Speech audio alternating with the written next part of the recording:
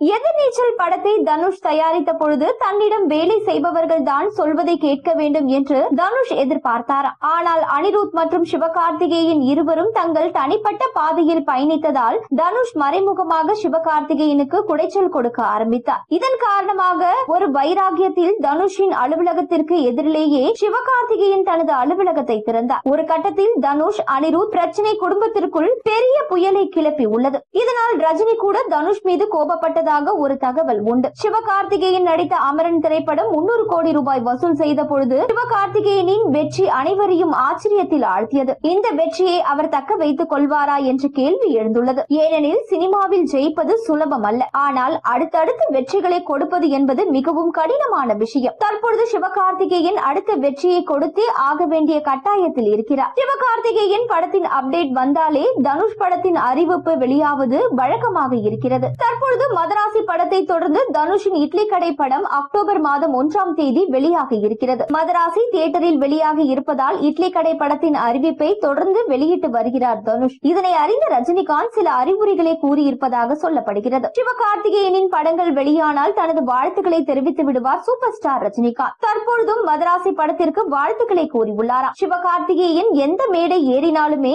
ரஜினியை புகழ்ந்து பேசாமல் இருக்க மாட்டார். அந்த அளவிற்கு ரஜினியின் தீவிர ரசிகர்.